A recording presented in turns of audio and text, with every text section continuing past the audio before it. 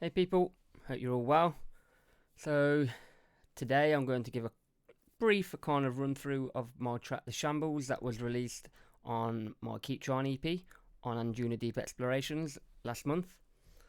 I won't go, this is kind of like the final, I suppose, demo version, not the final mix and master, so I won't go too deep into that side of things, but I'll kind of talk about kind of where the idea started, the kind of the synth, the sound design stuff, my sound selection and whatnot.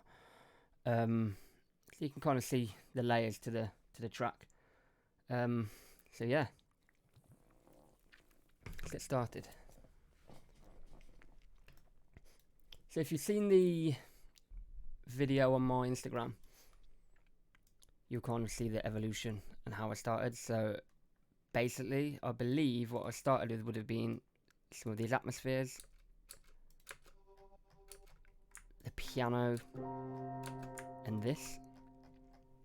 And then I had a different bass line, but it would have been something like this, obviously probably with your kick drum and some basic drums in there.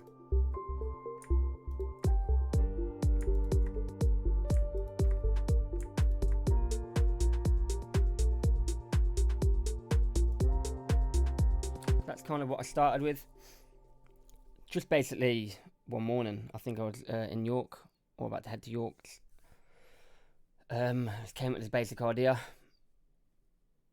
Then I went to York, came back, and kind of straight away, I just after a little break, I ended up adding this into it.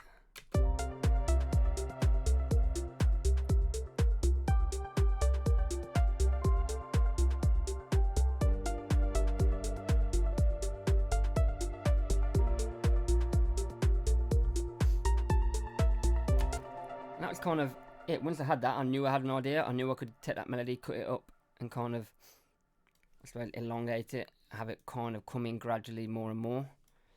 The kind of melody itself is very simple. I think it's basically 3 notes with the odd little jump up here and there. So if you play that, just the melody there, it's very simple.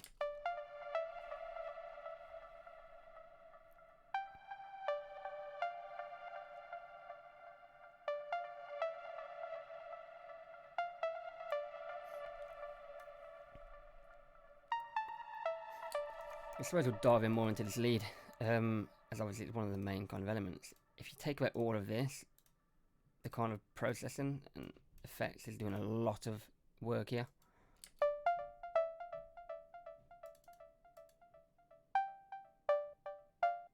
So you can hear it's very, very simple. It's just it's a preset I had called It's a Sign, but we'll go into that a bit later. I just basically changed it to a saw. It's the exact same kind of preset I used on the one above it, but I changed it to a saw.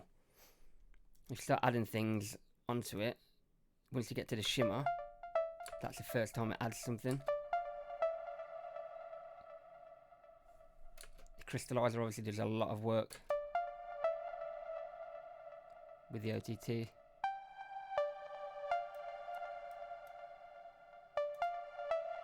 So nostalgia, I've used this quite a lot on a few tracks. If you put it all the way up, it sounds like this. Let me turn the crystallizer off.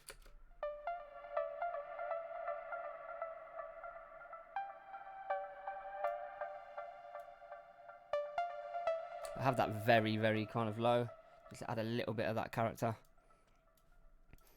That's really it in terms of the EQ. It's just that.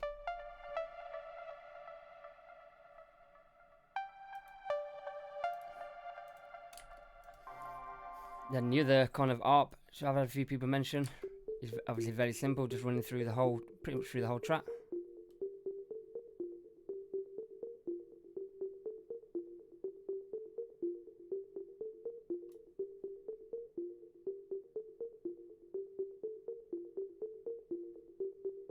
So that's basically that. Over 8 bars, and it kind of resets. That literally, it goes through basically the whole track apart from this section of the break. Nothing really on the group. Oh yeah, sorry.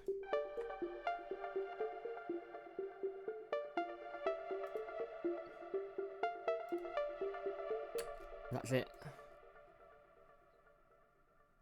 If they're kind of with a supporting element with the piano and the pads, if you have these together, you get just 3 chords really.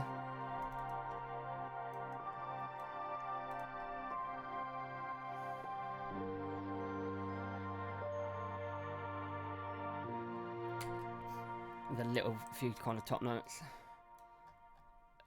So that piano is on a Contact, the Giant. I use this quite a lot. I still use this now, to be honest. I mean, this track was made in 2022, so I mean, it's now 2024, so I use it quite a lot. Quite a lot of my process is different now, but I still use this piano. I still use kind of Omnisphere for pads. So that's just got utility on it because I believe I brought the velocity down. A little bit of compression, a little bit of OTT. None of these really make a massive difference.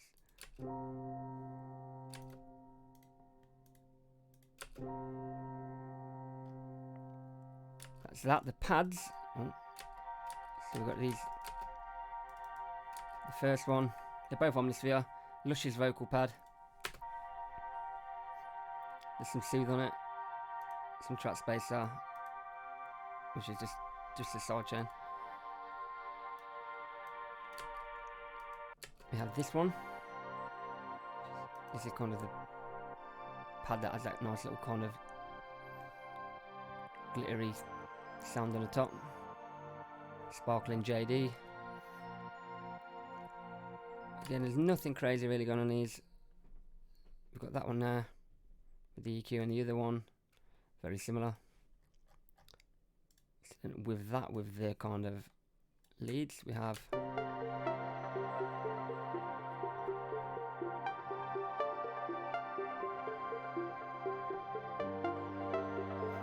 and that's kind of the meat of the track. That's the kind of standout elements in the track that you hear. We obviously have these atmospheres underneath, and vocals. That'll just be another Omnisphere.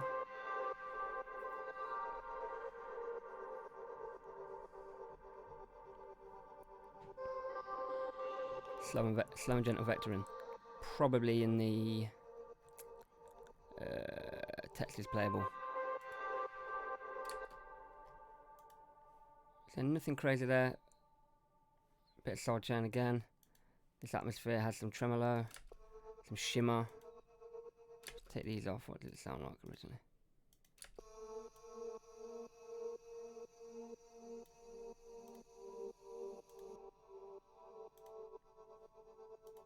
It's quite a change. This here, which I've tried similar things with this, as you can see, but it's got a bit of autopan, a bit of satin,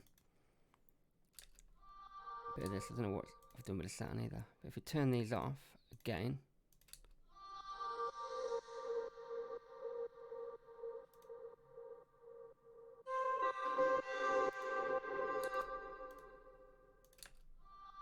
Originally it looks like I tried some tremolo and some alto boy. I didn't do anything with that. So that's that. Obviously there's very simple kind of assembly. I haven't even got any kind of build-up effects or anything with this. Unless I did do something with the final of another version after this, but this is the latest version that I have saved. It took me ages to find this as well, because I kind of moved all of my finished projects out into a different one. So the bass, oh actually I mentioned this one, didn't I? So this is what I was saying, the original one, but I just changed, added for the other synth.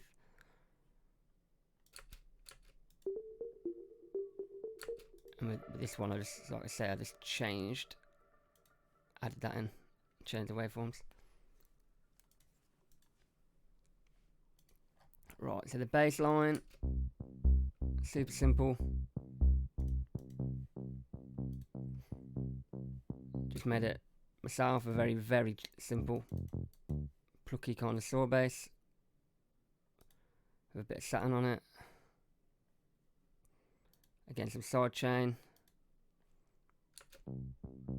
Take this off. Tiny bit of EQ. More EQ again. I don't know. Doing some mid-side EQ here for whatever reason. And then a sub. Again, super simple.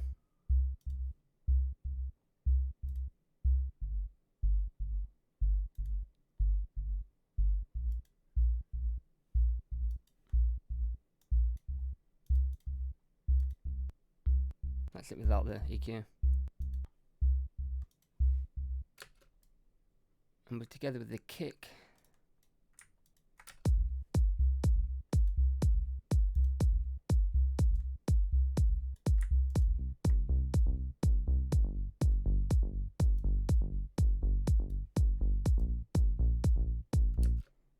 And then the rest of the drums that we said before, so my actual kind of MIDI program drums.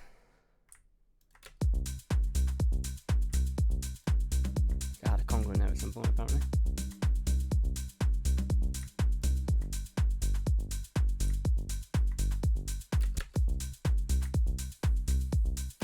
What is it? Yeah, so that they were my drums.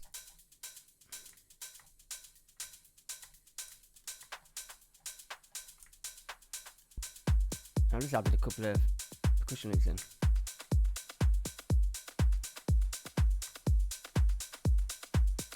This one here, you can see I took a loop and I must have either I use the envelope mixer volume, and I tend to just take things out that I don't like in there, so if I didn't want that I would just take that out. And then I'll kind of just bounce it back to audio again. Just freeze it or whatever. So that's that, and then this one I haven't touched, just left as is.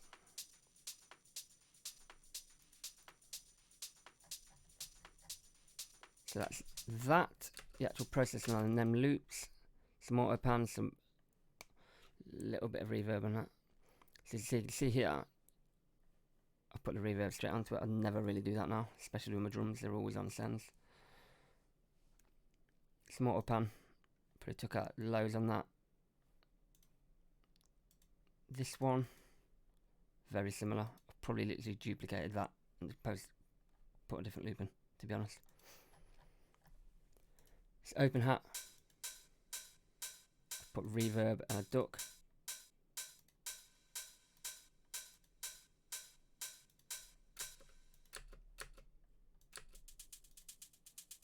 It's closed hat. Got some velocity automation. You can see I've kind of put the groove on and just printed it. But again, some EQ and a bit of duck. Just allows that probably. And I have automated some reverb and delay on that, probably for transitions. Very simple. Closed that there.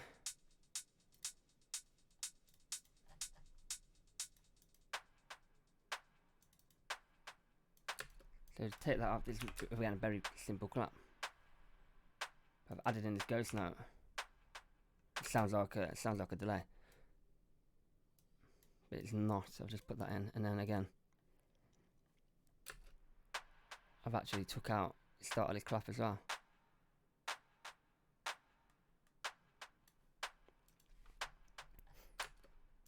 This kick, I don't know what this is. This is just. I've almost used it as a tom. So I would have took out some of the lows and I shortened it. As you can see here, I just shortened it.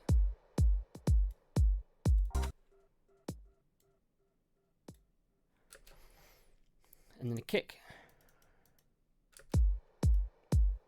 Probably won't have done much to this. I probably shortened it slightly. Yeah, nothing mega going on with that. Put together them drums.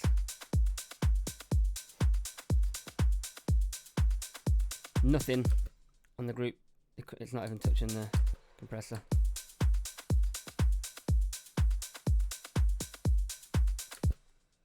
So I think that's everything. Obviously we ain't going through the effects, it's literally just a cymbal transition layered. In terms of the arrangement that I mentioned before, my whole thing was just to introduce this lead very briefly, very gradually. Tease it. Obviously bring it in a bit more after this mini break, I suppose.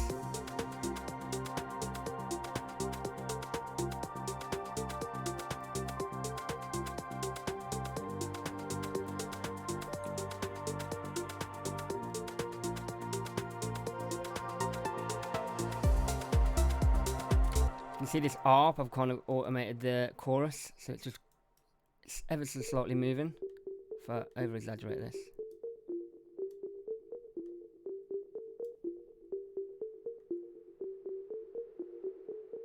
That's just kind of gradually going up and down over the course of the track to add a little movement. You won't really even notice it, but you probably subconsciously know it's changing slightly. Simple kind of automation with the drums and stuff as you're going into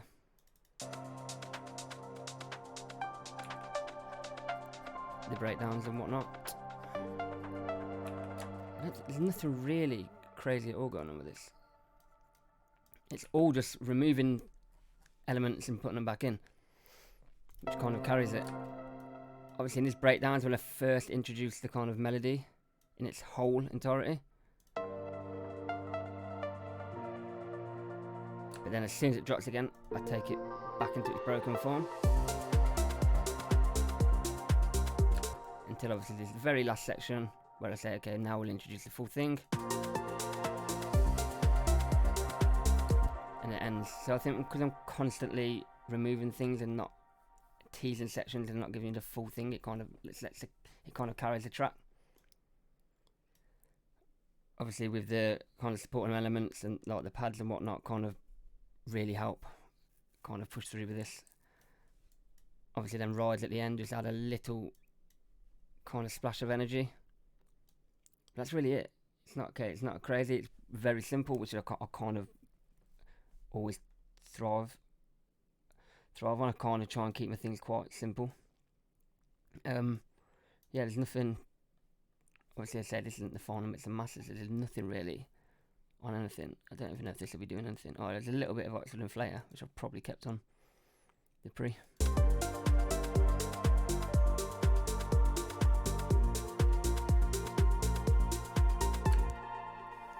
Although I may have turned all these off before mastering. But yeah, I don't think there's really anything else to talk about there. It is very, very simple. A few elements kind of carry the track through. Add, remove little parts, tease little parts, and that kind of always works for me. Without getting too complex. So thanks for checking this out. I'll speak to you all soon, and have a great day. Peace.